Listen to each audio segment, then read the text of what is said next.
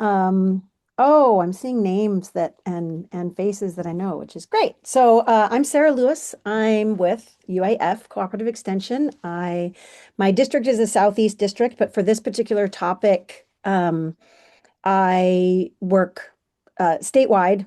We each, often have like specialties that we work in, and I love this class. So I'm always happy to Zoom this out or travel with it on the road to whomever. Um, I'm in Juneau, and I've been working on helping training people, giving education, outreach around.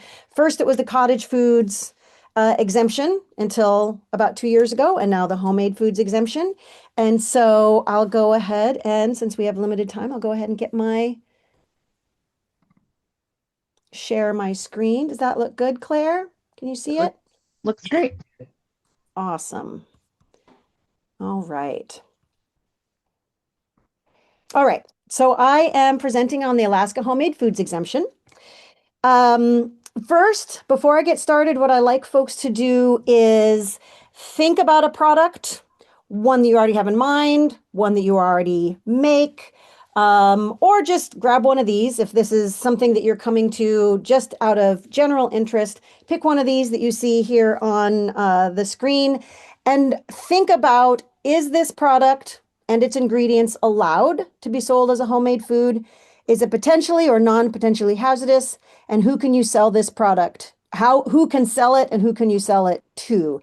Keep some of those things in mind with a product in mind as well. That can sometimes be helpful. I'm going to be talking about the statutes, regulations, the history got here, how this relates to local areas. So this is a statewide exemption, but there are going to be things in local areas for you to consider. The main four focus areas that are about the rules themselves and what is required, and then a little bit at the end on resources and contacts. So this all came about because of a statute that was signed into law in 2024, HB 251. It was a larger bill than just homemade foods exemption, but the homemade foods exemption was a part of it. And at the same time, the previous cottage food exemption was repealed.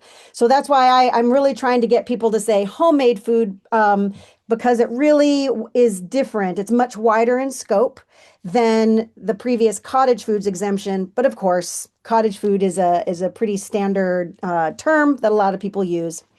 And so once the statute was enacted and signed into law, the DEC had to create the regulations around that. So these are the detailed directives that DEC created about how to basically implement it and then how to enforce it. And so that was, some of you are probably familiar, that was about a year-long process, really, overall, from the time it was enacted until really things kind of got dialed in, because there was a fair amount of back and forth as questions came in and clarifications on the statutory intent and all kinds of stuff.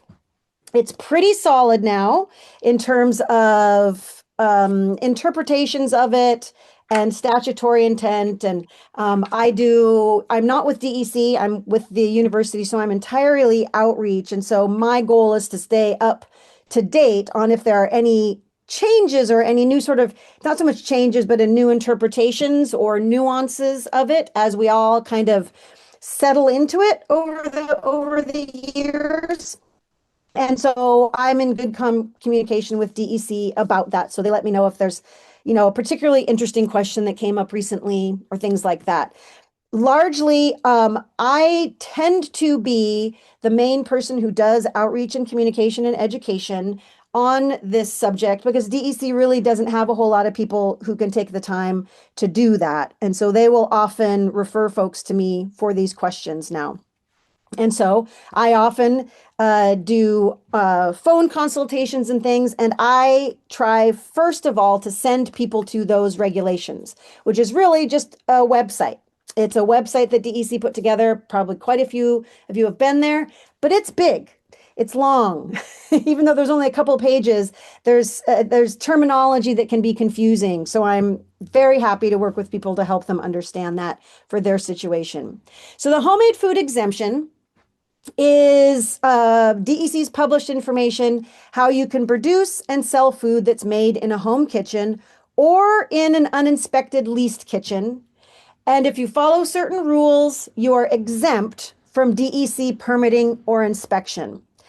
Exemption from DEC permits does not expand to exemption from other permits and licenses, whether those are federal, state, or local. I'll talk about that a little bit later.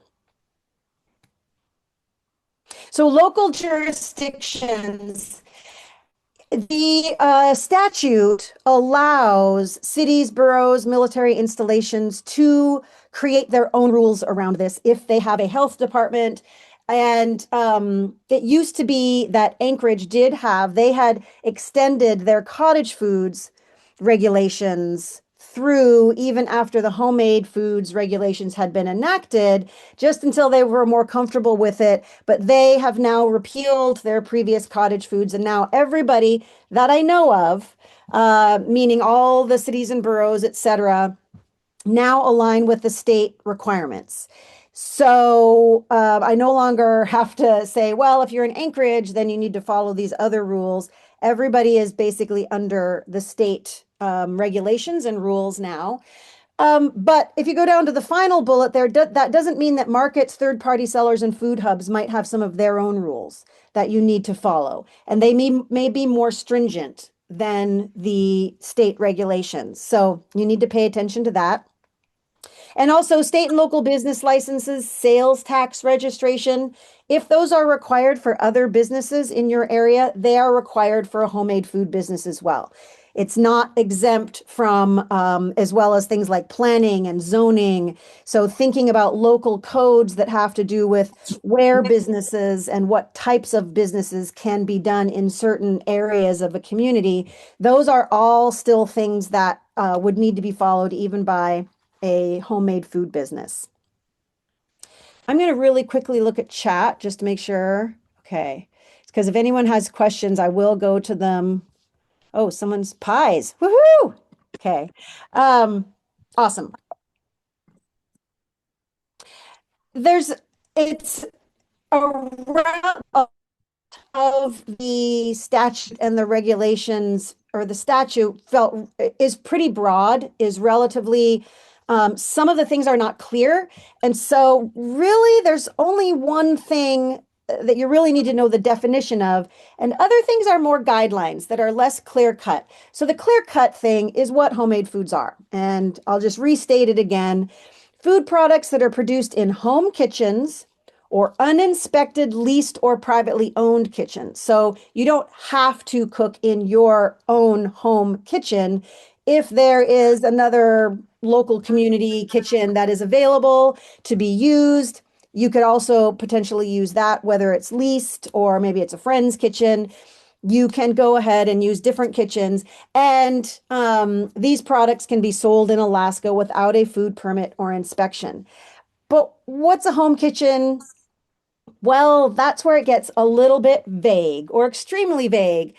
Generally, the intent is that it's a residential grade kitchen with, the things that you would expect to see, the basic things you would expect to see in a residential kitchen within a habitable private home or residential unit. Now, as we know, habitable private home or residential unit can mean lots of different things throughout Alaska, and that is great. That is terrific. So if it's your home and it's one that you wouldn't be evicted from, perhaps, it's likely your kitchen that's your kitchen. That's your home kitchen. If you're in a dry cabin, that's fine. That's your kitchen. Frankly, if you live in a yurt and that's your home and that's allowed within your jurisdiction to live in a yurt, the kitchen that's there is potentially the home kitchen.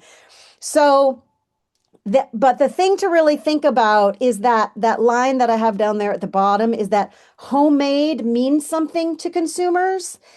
When you start looking at that leased or owned kitchen that is not your home kitchen, the intent is that whatever that other kitchen is, that it be at least of residential quality. Someone could look at that and go, "Oh, that's just another home kitchen," or "That's a kitchen," as opposed to like a tent with a barbecue and a table in it. Whether that's something at a market or that's what you're using to cook everything at, that doesn't necessarily meet the homemade kitchen, what people would expect. There's no sink for washing things up. There's no waste system, whatever that system might be. It doesn't necessarily have to be plumbed in, but there needs to be some kind of waste system. So homemade means something to consumers. And that was one of the intents of calling it the homemade food regulations in the statute. So these are the four focus areas.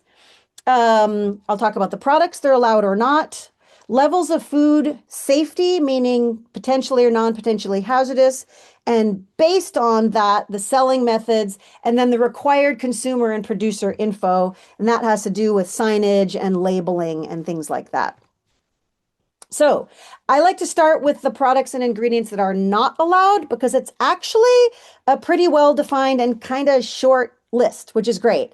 The products that are allowed is potentially quite broad, but not allowed products or ingredients include unpasteurized milk or unpasteurized milk products in any form from any animal. And the reason for that is unpasteurized milk and milk products are regulated by another regulation. They were within the same bill, but they are regulated by the Office of the State Veterinarian, and also to minimize or sort of contain some of the risk associated with homemade foods, making sure that inspected products are what you are using in your homemade food. And so that also goes to that wild game and non-amenable species.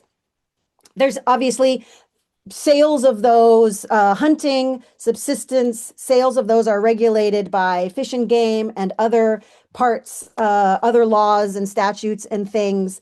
But also they are not inspected. They are not USDA inspected meats typically. And so those are things that are not allowed to be in homemade foods. Seafood and shellfish, and this is one that can kind of boggle Alaskans' mind a little bit. I will say seafood and shellfish are not allowed in any homemade food, and I will often get a question back, well, what about my home canned salmon? And the answer is no seafood or shellfish of any type, and that does actually extend to commercially produced. It even extends to seafood and shellfish that might have come from outside of Alaska. No seafood and shellfish, and no oils rendered from game animal fat, and no controlled substances. So with a little asterisk there. So cannabis, psychoactive substances, none of those, no pot brownies, etc. But it has been kind of determined that alcohol-based flavor extracts like vanilla, almond flavorings, things like that, may be acceptable if they are in small amounts. And so passing the buck a little bit, contacting the Alcohol and Marijuana Control Office, if you're interested in doing products like that, is something that you're going to need to check off your list to make sure that it's going to be okay for you to do that. But it is potentially possible. Now, the food products that are allowed. So those of you who maybe worked under or were familiar with the cottage foods exemption, the cottage foods exemption was really non-potentially hazardous foods only. That's all that you could sell as a cottage food previously. This new statute now includes what is considered potentially hazardous products as well. So that would mean products that contain milk or milk products. You can see only domestic ruminants. And then cheesecake, for example, previously couldn't be sold as a cottage food because cheesecake really does need to be refrigerated for safety. And I'll talk about that a little bit later. But any time and temperature control is one of the things that's really important to consider when something is potentially hazardous or not.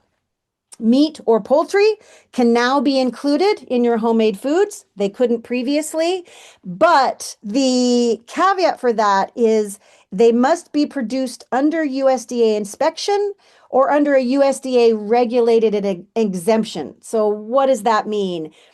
So the meat that you're buying, beef, lamb, pork, charcuteries, processed meats, things like that, those will need to come from sources that have gone through USDA inspection. USDA regulated exemption relates to poultry. So of course you can include poultry that you purchase, at a store that is USDA inspected. But if there is a farm that has meat birds that are less than 1,000 birds, that is a USDA regulated exemption. And not a whole lot of 1,000+ bird farms in Alaska. So potentially a fair amount of local poultry would qualify without going through any USDA inspection because they are exempt from it if they meet certain requirements. So poultry can be one or the other. Processed fruits and vegetables. So previously, the processed fruits that you might have as a cottage food would be jams and jellies and things like that. But you really couldn't previously sell like a fruit salad. So just your processed fruit that you're not doing some kind of food preservation or pasteurization process with, like canning or cooking it and adding lots of sugar. Now you can actually do fruit salads, for example. Vegetables previously really could only be included if they were dehydrated as a cottage food or if they were pickled. But now you can do veggie platters or salads, cut salads and things like that. So there's lots of things that are in your processed fruits and vegetables that are now allowed as homemade foods. Eggs are an interesting one because they actually included, so eggs as an ingredient, those were potentially allowed in cottage foods in baked goods. That's perfectly fine to have eggs in baked goods, but you couldn't sell like a quiche or something like that, something that was primarily eggs. Now you could potentially sell something like a quiche, but also they have some language about shell eggs in the homemade food. So any of you who perhaps sell your shell eggs, there's now two processes that you can potentially sell under. One is one that I apologize, I'm not as familiar with. There are probably other people on here that are very familiar with the previous regulations that are still in effect for selling your shell eggs, but you can now potentially sell them as a homemade food. But you would need to be thinking about those in the potentially hazardous or non-potentially hazardous category. And so you wouldn't be able to sell your shell eggs through a third party. You would have to sell them direct.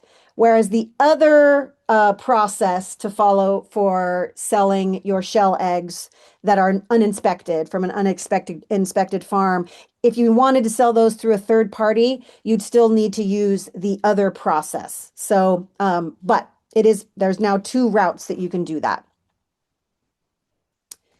And Claire, I'm going to ask if you could go ahead and look at the chats, and if there's something that is like really time sensitive, maybe let me know. Otherwise, I'll wait till the end just because of time. Yeah, Sarah, I think the one question here that's on the poultry topic, are there any more stipulations to poultry exemption beyond the 1,000 birds? If so, where do we find that info? So yeah, you need to go to USDA for that to find out what their exemption is specifically for poultry under 1,000. So that's where you'd need to go for that is USDA.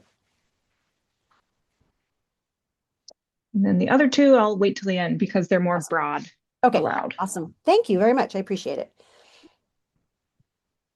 Okay, but then often it comes up, what about selling XYZ? So you can sell all of these things on this list, but they're not under the homemade food exemption. So poultry or poultry products, meaning whole birds or cut up birds, for example, those are under the USDA jurisdiction. We were just talking about this. You can sell those, but unless you're going to use it as an ingredient, it falls under, it's not under the homemade food. So unlike that egg thing where you could sell shell eggs, you can't just sell your poultry under homemade foods, but there's another way that you can do it if you meet all those requirements. Raw milk is another one that's regulated under the Office of the State Vet, as I mentioned before. So that's not something you sell under the homemade foods exemption, but through a different route. Raw honey has had an exemption for maybe forever. I'm not sure. In the Alaska Food Code, really, if it's just raw honey, it's largely unregulated. There really aren't, it doesn't fall under homemade food, but there really isn't any other particular regulation associated with that. Raw honey can be sold throughout the state. Raw produce is a similar kind of thing. So unprocessed fruits and vegetables, there have been exemptions for that in the Alaska Food Code as well. More recently, like in the past 10 years or so, there are some large farms or farms who are selling in certain conditions. They might not be huge, but they're selling to a distributor or something like that, that may fall under the produce safety rules. But most of our farms, our medium-sized ones, are typically going to fall under the qualified exemption for those produce safety rules, or might not be covered by it at all. And so really raw produce, especially from very small farms, is you can absolutely sell that, and pretty much anybody can buy it from you, etc. Non-edible cosmetics using edible ingredients. I get this question a lot. If it's not edible, it's not under the homemade foods exemption. It's likely going to be under the US Food and Drug Administration, and most things have pretty limited regulations about them, other than things like not being able to make health statements, or there's only very specific health statements that are allowed, but that's under the FDA, not under the homemade foods exemption, if you wish to sell those. Another one that's come up a bunch recently that I need to add to this slide is pet food. So, and that's one that I am not super knowledgeable on, to be honest, because I know that there are federal regulations about pet food of certain types and making claims and the nutrition value, etc. And I think there's stuff about whether you can call it food or whether you can call it treats. There's some stuff there that's with pet food, not under the homemade food exemption. There's other regulations that you'd need to look into for that. Sarah, real quick, a Yes. question on the unprocessed vegetables. What about wild harvested vegetables like beach Oh, yes. asparagus or Yeah, yeah, yeah. blueberry? That's an awesome question. Yes, those would fall under those have fallen under the raw produce as well, whether it's cultivated or wild, and whether it's land or sea. There might be other regulations associated with where you harvest it, and maybe some permits or private land. There's other things, but yeah, absolutely. You could harvest fiddleheads and sell those as a raw product. That's pretty unregulated.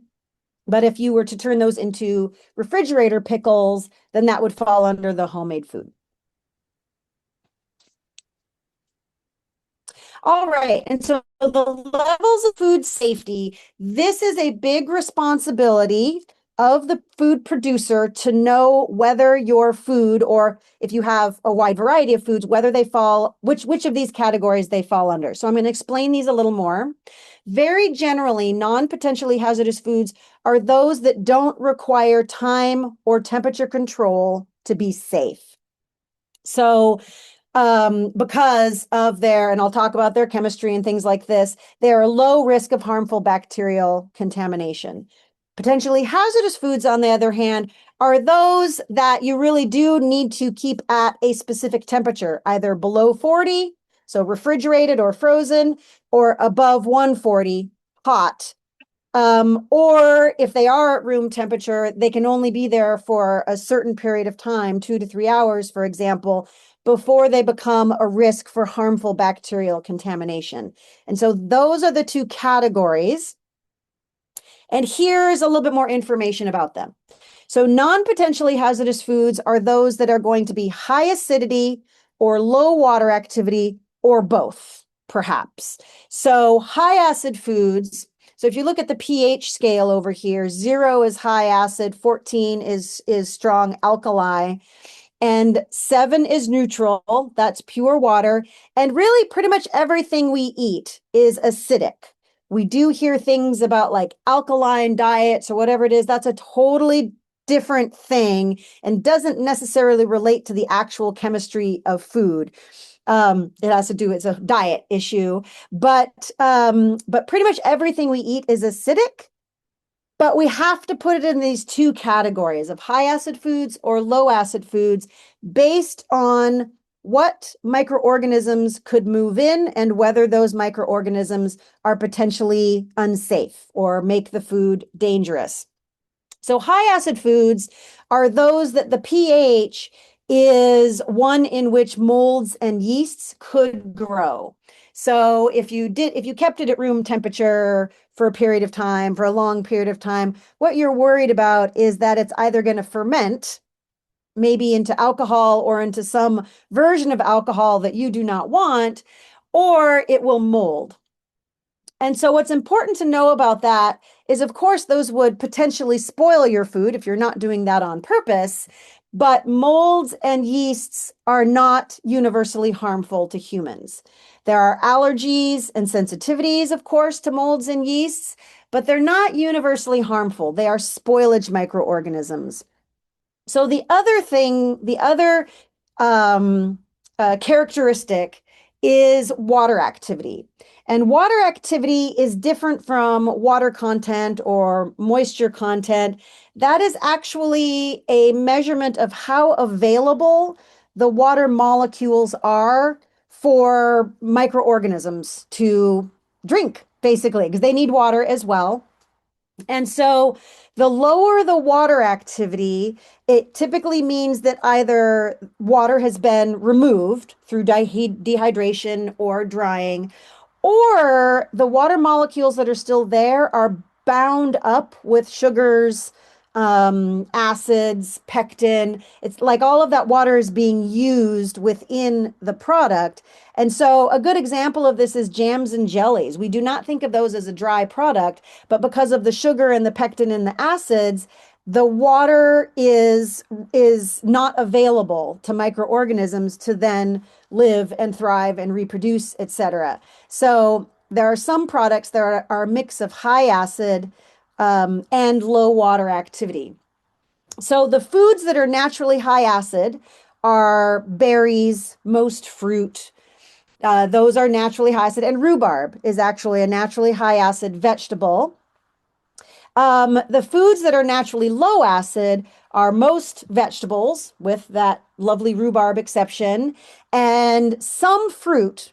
So some of those things like zucchini and cucumbers, which are technically fruit, they behave like vegetables, and all animal products. So all animal products, meat, oils, eggs, milk, etc., are going to be naturally low acid, and that's both land and sea. And again, with the vegetables, that's both land and sea as well. So those are naturally low acid foods. And I'll talk about that in a little bit. But one thing is you can take a vegetable and you can acidify it by either fermentation with salt that creates lactic acid and acidifies it with lactic acid, or with vinegar or vinegar brine that is usually acetic acid that will acidify a vegetable and turn it from a low acid food into a high acid food. And so that's why pickled vegetables are on this non-potentially hazardous foods category. But a really important sort of nuance with that is you actually need to know that you pickled your vegetables enough to make them high acid.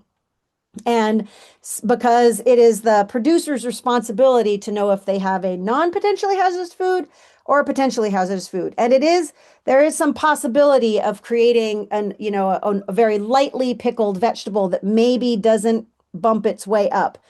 It's possible. So you do need to kind of know whether it truly is high acid. And then the traditional thing is baked goods. Baked goods are low water activity. They often have sugar in them, etc. And so you're much more worried about mold or yeast with those pastries, etc. with one exception, and that is if you use dairy-based fillings or frostings that have not been formulated for shelf stability. So a custard, for example, or a cream cheese frosting, or a buttercream frosting that really doesn't go through a kill step. For example, you could have a baked good like a cinnamon roll that on its own, without frosting, is non-potentially hazardous. But if you have a potentially hazardous frosting, then that product would move into the potentially hazardous category. So then to move to that, potentially hazardous foods, low acidity. So I mentioned most vegetables and all animal products, land and sea, those are going to be naturally low acid. And it's important to note that meats, even if you pickle them or acidify them, they are not going to make it above this 4.6 line that gets into the high acid food. So meats, even if it's like pickled sausage or pickled eggs or something like that, even though they're pickled, they're not going to make it out of this low acid category. And the reason it's really important to know about this low acid category is because this is the acidity level at which bacteria can start to form and reproduce and potentially create toxins. And so there are bacteria and some of bacterial products that are universally harmful to humans. So we often hear about outbreaks of E. coli, salmonella, listeria, things like that, that are things that we are working to minimize in any cooking that we do, right? We're pretty used to that, not doing our vegetables or our fruit on a cutting board that we just did meat on. We're pretty aware of that kind of stuff. But that's part of the reason why is because low acid foods have that bacterial risk that can be a harmful microorganism to humans.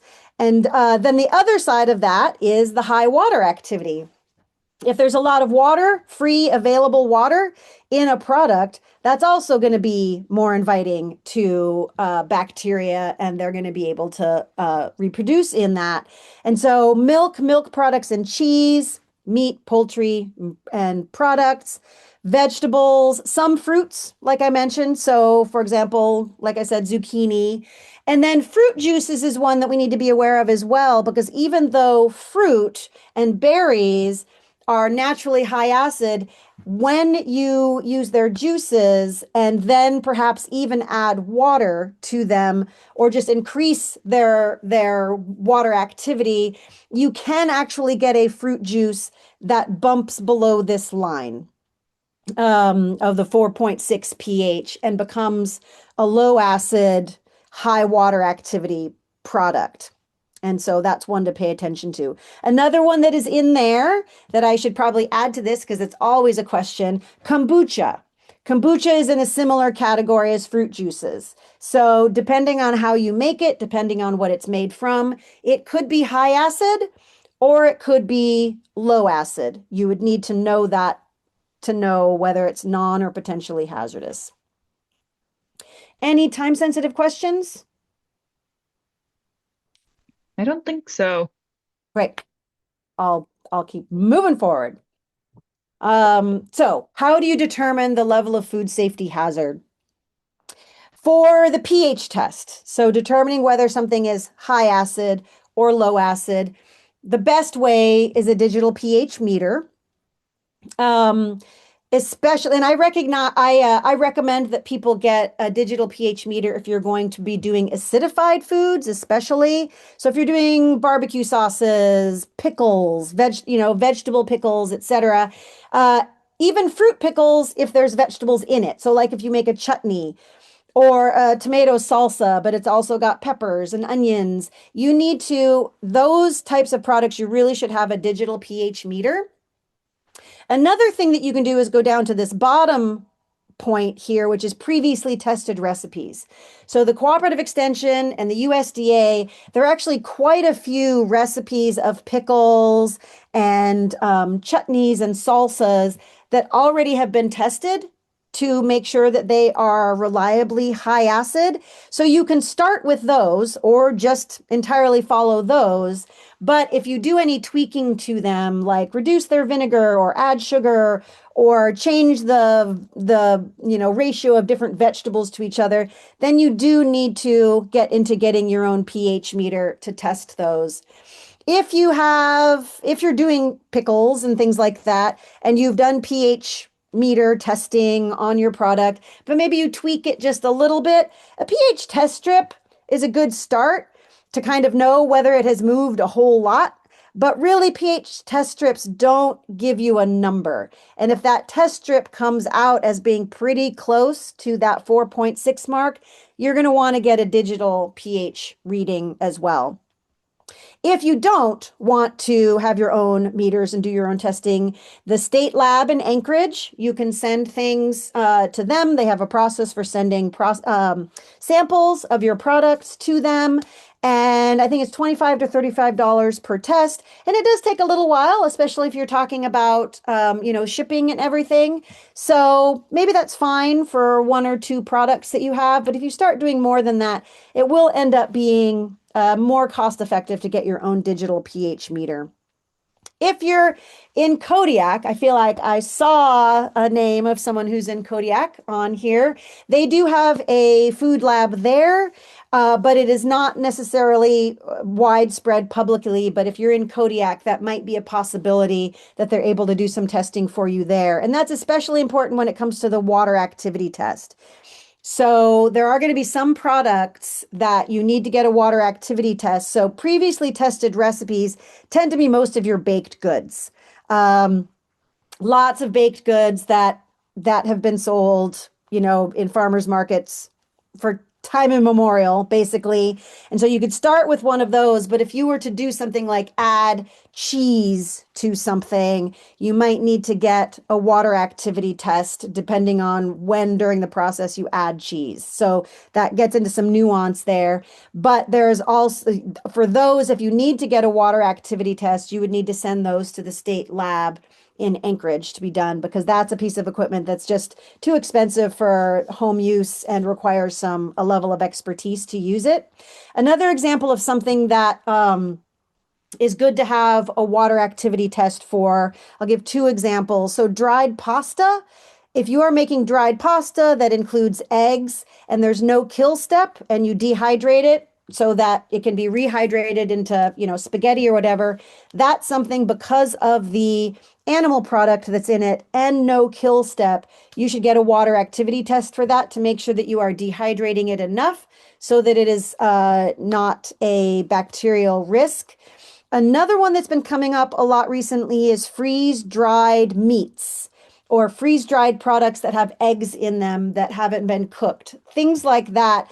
A lot of those products are going to be one that you may need to get a water activity test just to make sure that where you're at in the potentially or non-potentially hazardous category. And this is actually really important for the producer of the food to know because of this next slide. But before I move on, any questions, Claire? Yes, the time Okay. sensitive one is just to be clear, the homemade food rule does allow for potentially hazardous foods, correct? So we need to know the Yes. difference. Yes. Yep. It sure does allow them. And then the one other thing that I Mhm. think is timely to this slide, what about dehydrated sourdough? Oh, like starter, dehydrated sourdough starter. That's a super good question. So that's you would need to get a water activity on test on that because that is flour and water and so is potentially most likely low acid and so you would probably need to get a water activity test on that, I'm guessing. I know that we actually have someone online, or we did at the beginning, who has some very in-depth food safety knowledge. So I would be certainly happy if Brian wanted to pipe in on any of this for sure. Any specifics. Anything else, Claire? Do we need to get water activity tests legally before selling foods? Well, that's a super good question. Your responsibility is to know the food safety hazard of your product. There is no requirement about how you know that. but you're required to know it. And if we go to the next slide, if you are selling your food in the wrong category, it is non-compliant and therefore is no longer a homemade food. It is an unregulated, uninspected food, which puts you into a different category when it comes to enforcement. So let me go through these and I'll talk about it a little bit. I actually like to start at the bottom and with things that are the same for both types of food. You can sell both potentially and non-potentially hazardous food through online and mail order sales. Those are okay. Of course, with your potentially hazardous food, you want to make sure that, whatever period of time it takes to get it to somebody is not going to make your food dangerous, or have it, have bacterial contamination potentially. But it's okay. Online and mail order sales are okay for both. Both of them must be sold only in Alaska. So there are crossing of state lines regulations because every state has their own rules about food safety. So these can only be sold in Alaska, and there's no limit on sales or volume, meaning there's no limit on the amount of money you can make. Woohoo! And there's no limit on how much you can sell. So there used to be limits on that under the cottage foods, and there are none of those limits anymore. Other things that are required for both is that there are consumer information and labeling that are required for both, and I'll talk about that a little bit later. And both types of food can be sold direct to consumer from your stand, from your house, from an uninspected food truck, whatever it might be. Direct to consumer for both types of food is just fine. The difference comes in with if you want to be able to sell your food through a third party. To sell through an agent or a third party, it needs to be, you can only sell non-potentially hazardous foods through a third party. So I'll talk a little bit about what that means in a second. Potentially hazardous foods, this is one thing that's pretty clear in the statute. It needs to be direct to consumer by the producer only. So that's the big difference. So if you had a potentially hazardous food and you were selling it through a third party, that becomes an uninspected, unregulated, and enforceable food product. You're doing something wrong, and that's against statute. So, but if it's non-potentially hazardous, you can sell it through a third party. So, sales through an agent or a third party. I'm going to describe what agent and third party means in general. This is, again, it's kind of interesting. This isn't well defined in the statute. In general, what I've been talking to people about, that an agent is someone that is sort of associated with the producer. So it might be an employee that works for your bread business, or one of your kids, or a spouse, or a friend. That I can kind of consider an agent to be someone who is really working for you. They're associated with you. Whereas a third party is a completely different business.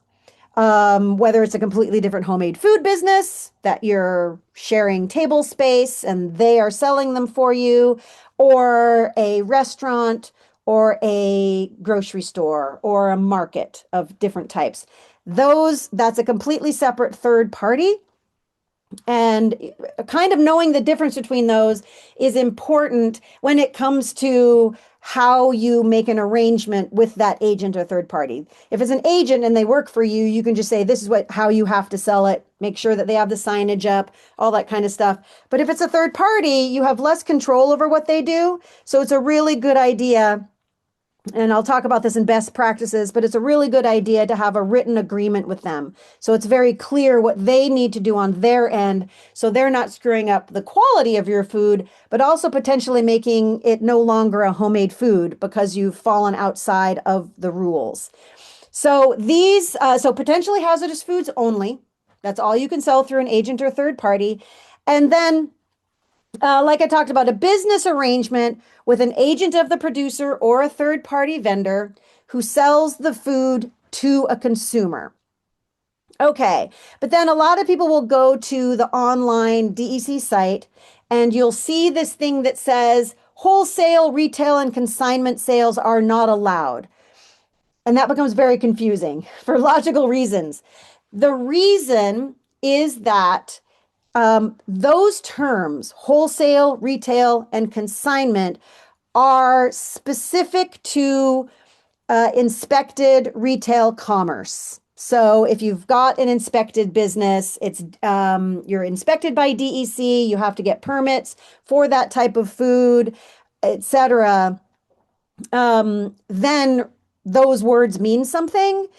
Because this is an unregulated category of food sales, it's just called a business arrangement. It's going to look a lot like one of those things, or it may be basically one of those things, wholesale, retail, or consignment, but it's a business arrangement because you're not a retail commerce business. I know that's a little bit confusing, but that means that yes, you're a third party vendor. If it's a market, you could either sell your product to them for $1 a piece and they resell it for $2, whatever it might be, or maybe they sell it, a cafe sells it for you on consignment. Those are all okay because it's a homemade food business. Any time sensitive questions? No, time sensitive. Awesome. So I'm going to go through this really quickly. So it's not actually going to be a pop quiz. You can think about it. I'll give you about 2 seconds to think about it before I give you the answers. But we're going to be looking at a bunch of different food products. Is it allowed? Is it potentially hazardous or non? And can it be sold through a third party or an agent? These are dehydrated bananas. It looks to me like they're freeze dried bananas. These qualify for the homemade food exemption.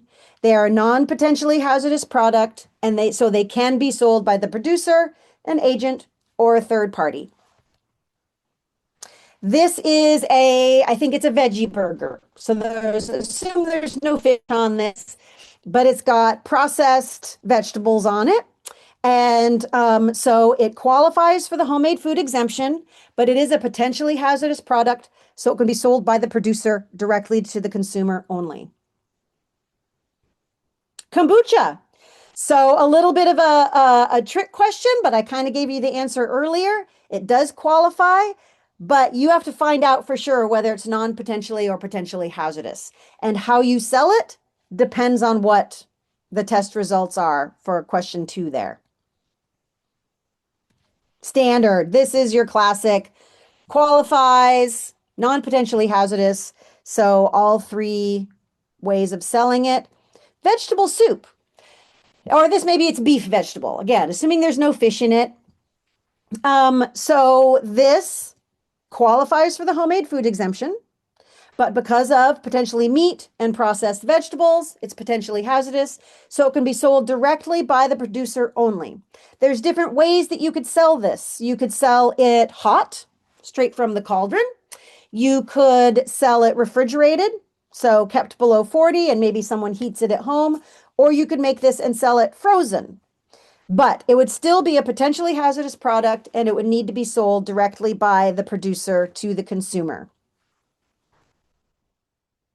Cheesecake qualifies because of the content, potentially hazardous, direct from the producer only.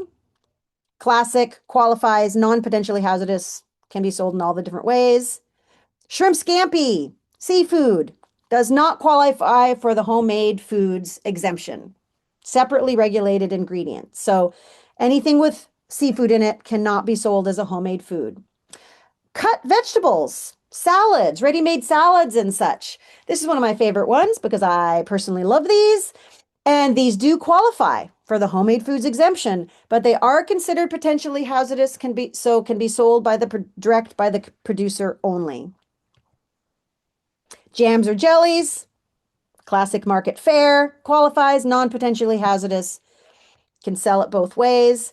This is a complicated one, and a couple of folks on this call know why this is complicated. So this is specifically pressure canned, or I should say jarred or canned vegetables, low acid foods. So this could also be soup or stew or things like that.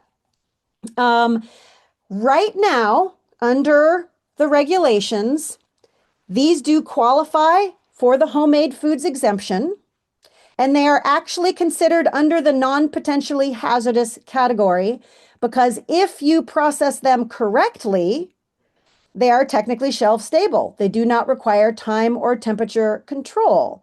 And so therefore, right now, these could be sold even through a third party. But I am just going to emphasize the specific risk that is associated with this particular product. They are a botulism risk. They are no longer just an E. coli, salmonella, listeria risk. They are a botulism risk. And botulism is an extremely dangerous bacterial toxin that happens in low oxygen packaging or reduced oxygen packaging with low acid foods. And so there's actually, some movement. I'm doing something about it because this one really concerns me a lot because in almost all other areas when it comes to food safety, these products, if you are making them as a commercial product, require separate, different education, different, permitting, etc., because of this specific additional hazard. And so super careful. I don't recommend this. Get really good liability insurance. And then before I go on, any time sensitive questions, Claire? Does the previous pressure canning also apply to water bath canning? That No. So if water bath canning, if you have a high acid food, jams or jellies or pickles, water bath canning is safe and it is a non-potentially hazardous food. But if you take a low acid food or a food that you like a salsa that you don't know if it's high acid enough, salsa is actually a big one. That's one throughout the nation. We've had outbreaks of botulism associated with incorrectly processed salsas in jars because there's a lot of vegetables and they are not necessarily acidified enough. So if you take a salsa and you don't know that it's high enough acid and you water bath can it, that's a botulism risk because you didn't even process it in the correct way. You didn't get it to a high enough temperature to kill botulism spores.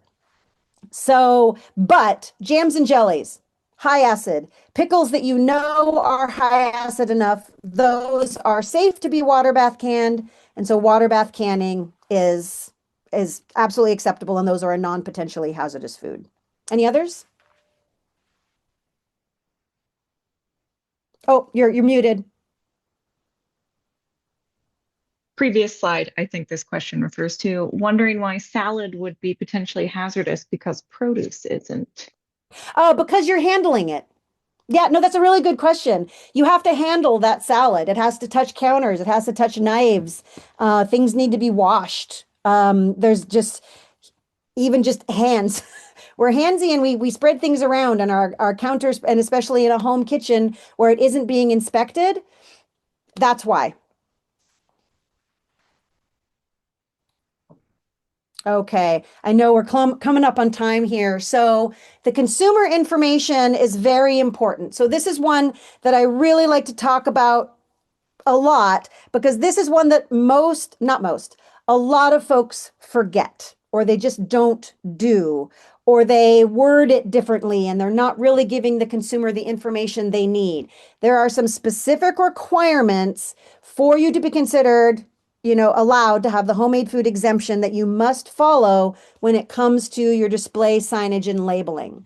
So displaying your homemade foods, they cannot be displayed or offered, and it says on the same shelf, but really the intent is that homemade foods need to be displayed separately from inspected food. So if it's at a local market and your homemade bread is near the commercially, Dave's Killer bread, it needs to be clear to the consumer that yours is from a non-inspected source. And there's signage that's required and there's labeling that's required, as well as making sure that it doesn't visually get confused with the inspected food. So there needs to be signage that meets the homemade food regulation requirements. I'll talk about that in a second. And packaged food, not all food needs to be packaged, but if it is packaged for sale individually, then it needs to have labeling on it as well. So this is an example of signage that meets all of the requirements for the homemade food regulation. This is more than what would need to be on a label, so don't panic that you have to have all of this on a label. I'll talk about that in a second. But this is the information that you want to have on on signage. I do have sometimes people send me drafts of their signs, and they will have changed this language all around because they want it to maybe sound softer, less regulated, or something like that. And it loses the meaning. And so I really do recommend that people use this language to make it very clear. And to be honest, it's actually a misconception that you want to soften this language because consumers really do want to know what's going on. There's not a whole lot that's required on labels. There's not a whole lot that's required on signage. So for example, you can see there's no ingredients list on this. The only thing that it says about ingredients is it may contain allergens, and it's uninspected. Details about it can be provided, but they're not required to be on the label. But a lot of consumers really want to know that. And then they actually think that the labels are incorrect. And I get calls about this if it doesn't have the ingredients on it. So that's something to remember. But you have to have the business license number, the seller name, the mailing address, and the phone number. So the mailing address can be a P.O. box. It's not required to be the home kitchen. And the phone number, again, can be a business number. It doesn't need to be your home number, but it needs to be directly to you. Unpackaged foods, you need to have that signage because there's no labeling. And so that's that sign that I just showed you, or a version thereof. It can be pretty, but you should really have all that same language should be associated. Like if you're just dishing out soup into bowls, for example, that's unpackaged food. You need to have that signage. Packaged food needs to also have a label, and this specific statement needs to be on that label. You don't have to have all the stuff that was on the signage, but you need to have this. And you need to have the name, address, phone number, and business license number. Again, you don't have to have the ingredients or any other information on there, but consumers do like to see that. So here's some stuff that's not required, but it's best practices. Keep a product formulation or recipe on file for each product. That includes the ingredients list and also to include the ingredients list and allergens on the labels. So sometimes specific things like made in a kitchen where there may be gluten or peanuts or things like that. Draft a formal agreement with any agents or vendors that are selling your products so that you know that they're doing all of that labeling and signage correctly as well. One thing to remember on this is cafes are not allowed to use homemade foods as ingredients in their products. So they can sell your cinnamon rolls separate, but they can't sell them as theirs. For example, they can sell your bread, but they can't slice up your bread and turn it into their sandwiches. That has to do with their licensing. And if they do that, then they have just potentially messed you up as well. So that's one of those things that you want to have in a formal agreement, is exactly how they can or can't use your products. Cleaning and sanitizing best practices. You must clean before you sanitize. You can't sanitize a dirty surface, and cleaning is not necessarily sanitizing. Sanitizing is when you're using chemicals that are actually focused on killing microorganisms. Cleaning is getting rid of all the dirt. There are different chemicals that you use for those, and you need to do both for food contact surfaces. I highly recommend that folks, at the very least, get a food handler's card, or potentially take the exam, take a class, or read the book and become a certified food protection manager, especially if you're selling potentially hazardous foods, because they have that higher bacterial contamination risk. Liability insurance, again, I would say, especially if you're doing potentially hazardous foods, and there is liability insurance available, but you might need to look around for it a little bit. And you can contact DEC or UAF Extension. All of those requests or questions will go to me if you contact UAF. And here are some resources. So the DEC homemade food website. The Small Business Development Center is awesome for finances, business development, etc. Cooperative Extension, that's me for education and just asking questions and things. And then the Alaska Manufacturing Association is a great resource if you are building your business.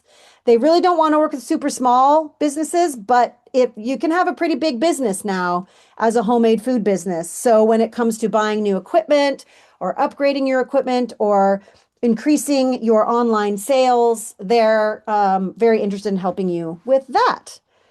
And with that, I'll go to chat. There's 25, so there's lots of questions. I hope people are able to stick around, or you can watch the video later. Let's see. So let me open this up so it's bigger. So we get to the top. Sorry, lots of them. Where, huh? Whew, it's keeping going. Sarah, here, I'll help because I kind of kept notes of like siphoning down the questions. Sure. Um, I guess the most relevant one to what you just ended talking on.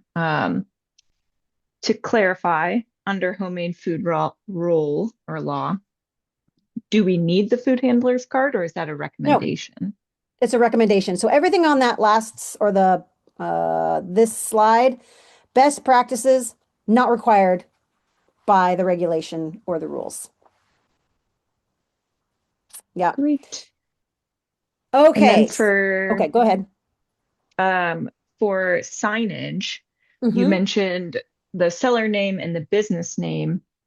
Can you clarify why two It different just needs to be business one name of is fine? those. It just needs to be one of those. If it's your business name, that's fine. If it's just your name, that's fine as well. The main thing is you have to have the business license on there, or not the main thing, but because you have the business license on there, it connects with your business. But usually it's going to be the business name.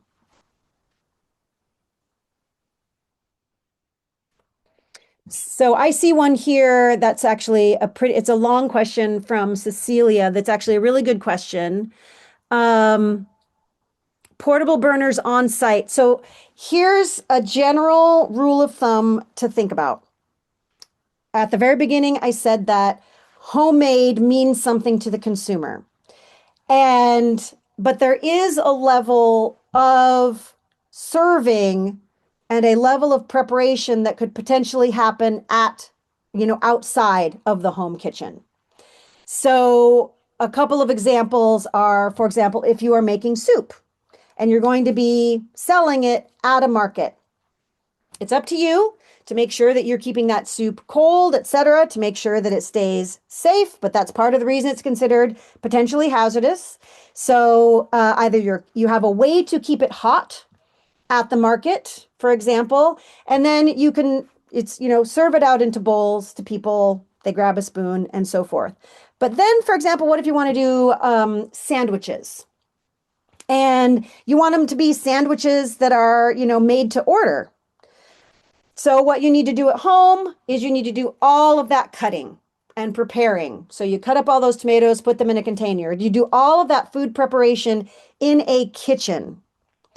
But when you come to the market, there is a level of assembling that is allowed there. Um, but it's not well defined. And so it really is, as soon as you are doing a lot of handling of food at the market, you are getting into prepared food, not that requires a permit, not a homemade food where it was made in a kitchen and you're just kind of assembling it. A good example of something that seems pretty darn reasonable is you make bagels and you slice those bagels up at home. So you make them at home in your home kitchen, you slice them up in your home kitchen, but then people might want to have those toasted. So you have a toaster at the location where you toast them before you hand them. That's minimal handling, non-potentially hazardous food. And maybe they even are able to put butter on it or jam on it or something like that. So some assembly can happen, but it really can't be a situation where you are doing any actual cooking, like cooking up the burgers, um, because unless you have an inspected food truck, for example, and you actually do need to be an inspected business at that point if you are actually cooking things to order at a market and it doesn't include a full kitchen associated with it. I highly recommend, so on the final slide, anything that's going to start to get into that kind of level of complication, really do set up an appointment with me because we can go through it and we can determine which of your products, you're going to need to do more preparation at the kitchen and less at the farmer's market, for example. Um, Sorry, okay. do you think I could ask this short follow-up question to that? Absolutely. Yeah, absolutely. Thank you so much. So what if you like I guess I'm like what's like I like we could go on and on, but like for example, like what is really the difference between like cooking the soup at home and reheating it on site versus like cooking the burger at home and then reheating it on site, you know? Handling. It's handling and surfaces and waste and water. So Okay. all of those things that you have in a kitchen, they are part of the food safety process.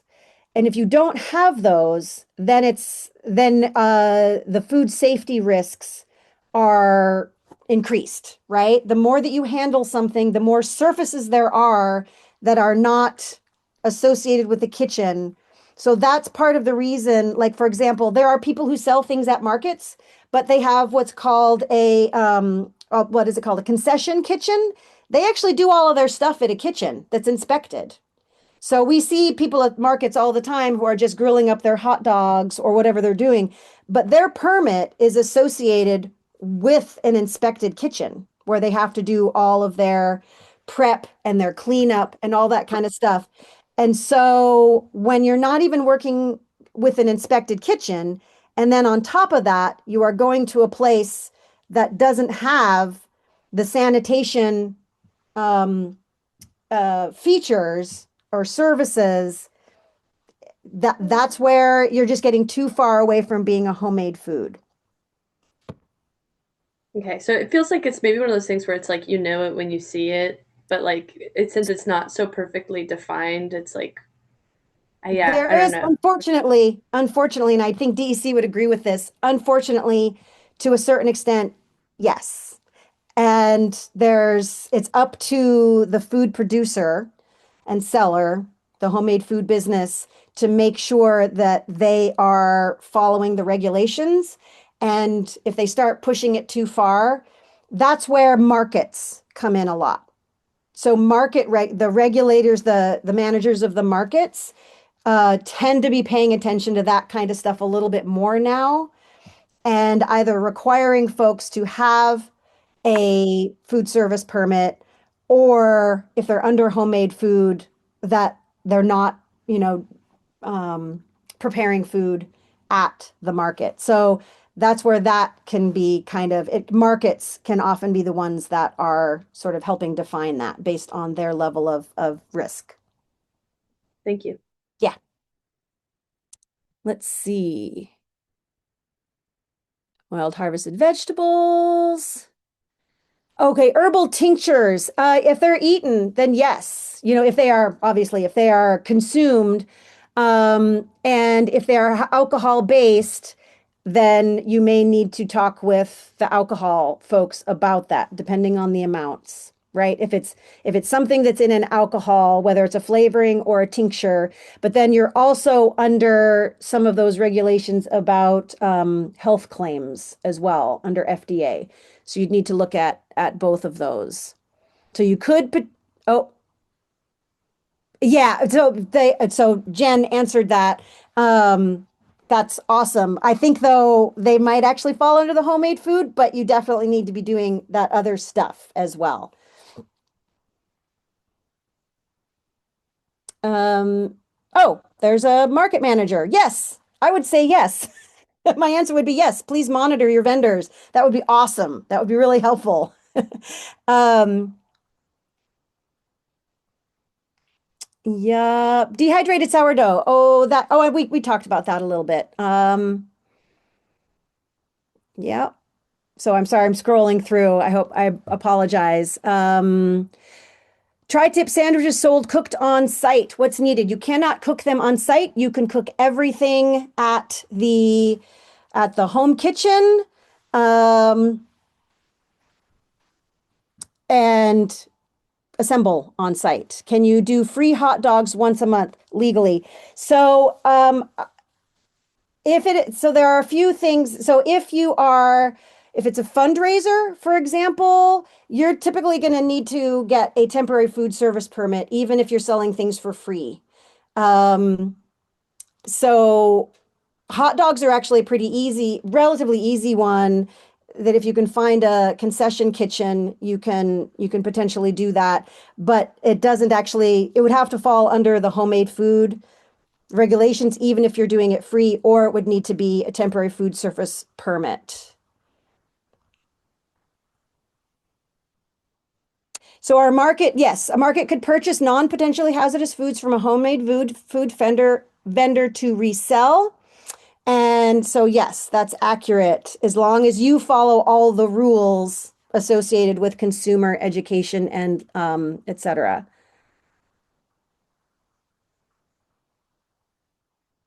Okay. Um,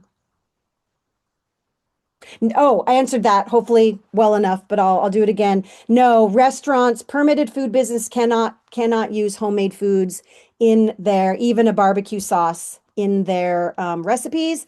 They could sell your barbecue sauce separately, and people could choose to put it on, but it has to be separate with the signage and the labeling, etc.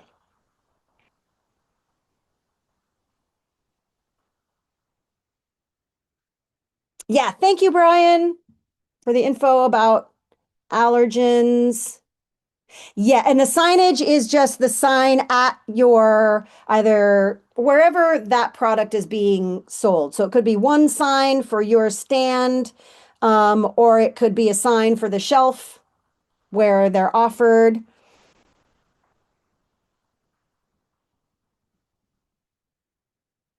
Oh, what category do we fit under for a business license? So it's under manufacturing. So she's talking about the NE, no, the NAICS code. It's called the NAICS code. And when you're purchasing your business license with the state, they're going to ask you for that code.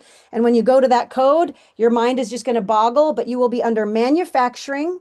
And then you'll go to the food section. Every once in a while things or there are some of those categories might relate to what you're doing, but they're mostly designed for licensed and permitted manufacturers. So a lot of people will end up under the very sort of last catch-all, which I think is like miscellaneous food manufacturing or something like that, because a lot of the other things are really specific. And so if you've got more than one product, you might not fall under this specific category, so you fall under that sort of catch-all. That's at the end of manufacturing food. Yes, you do have to have a business license, even if you're a homemade food business. Yay. Thank you, Brian, for posting that stuff. Oh, samples. Well, samples of honey. So let me talk about honey. Oh, there's a question. Just a sec, Savannah. Honey, if it's raw, it's not under homemade food, but if you do anything to it, if you flavor it or whip it or something like that, then yes, it does fall under the homemade food exemption. Honey butter, because butter is a dairy product, that would be a potentially hazardous food. You could sell that. But if you also have honey, which is a non-potential, like flavored honey, which is a non-potentially hazardous, you just need to recognize that. And yes, you can offer samples, but again, you'd have to offer samples you couldn't your honey butter couldn't be offered as a sample by a third party, but it could be offered by a sample as a sample from you. I know it gets there's stuff. There's stuff. Savannah, what's your question? Okay, sorry, it's a little specific, but it refers back to the manager and kind of watching over the vendors. And there are two people who are interested in being vendors at the market that I'm doing this year. One is a kombucha. And so I don't know how to, like, do I just ask, is it, you know, If you wanted to, you could actually ask for the documentation about the pH level if you wanted okay, to ask for the doc. confirm whether it's if they're saying it's non-potentially hazardous, then it's not unreasonable to ask for anybody can Okay, ask for that. And okay, and you could potentially require it if they say it's non-potentially hazardous. If it is potentially hazardous, and the only reason you'd really be concerned about that is if they're going to have other people selling it for them. okay, You could also you could require it either way, but if they say it's potentially hazardous, then they have to be there selling it. And so you know that about their product. okay. And I guess that kind of ties into the other person that was questioning. I know that they don't have a like an inspected kitchen, so Mhm. they're going off of the homemade foods. But they're doing goat cheese, and I don't know. Like I remember the slide said that it would have to be pasteurized. Is It that has like to be USDA inspected. It cannot be uninspected. It can't come from an uninspected milk. It needs to be okay? USDA And so inspected. is that the same kind of thing? It's just like I ask for like the proof of that. Is it like it's like a form Sure. thing? Okay. I think that's reasonable as well.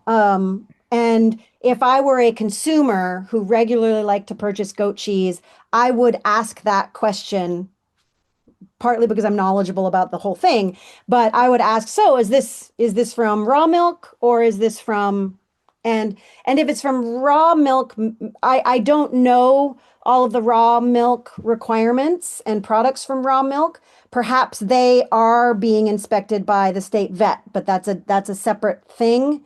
And Okay. so, yeah, anything where if they say there's gonna be raw milk, make sure that they are working under the requirements of the state veterinarian. If they don't say, ask. And if it is USDA inspected, if you want, you could, ask what is their source? Okay. What's their Thank you. commercial source? And that's one of the things that's similar to what would be asked in a food service permit if you're running, under your ingredients list for like your temporary food service or something like that. There would be where are you getting your ingredients from?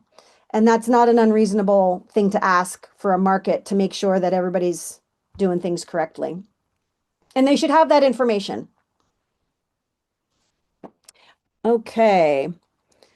Oh, pesto production.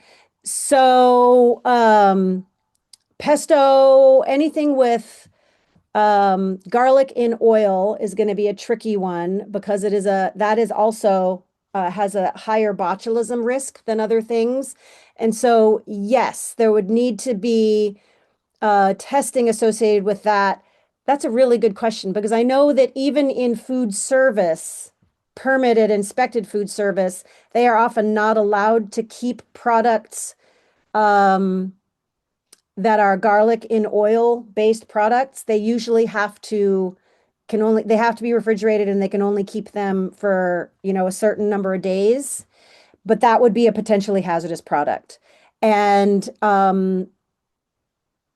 perhaps if you're able to show that it's low water activity and high acid or low pH, then perhaps you could confirm that that's a non-potentially hazardous product.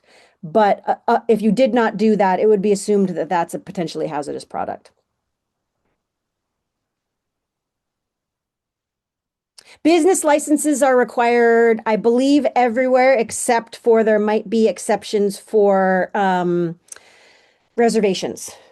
But I think everywhere else in the state, you would need to get a state business license.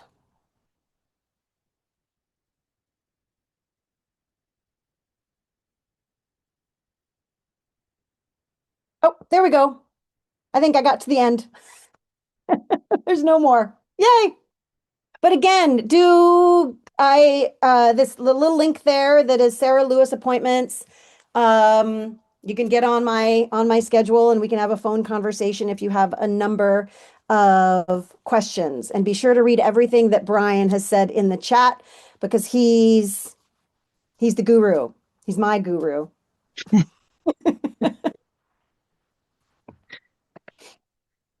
Thank you, Sarah. You're so And welcome. thank you, everyone, for asking such great questions. We will save this recording and share with everyone on the chat or everyone in the meeting room today so you can reference back because I know we really squeezed Sarah on her time frame. So I'm sure there will be some rewinding, but yeah, thank you all for joining us. And if you have any further questions specifically about homemade food, reach out to Sarah or myself and we can direct your questions outward if you need them. But thank you all for joining. Thank you, everyone.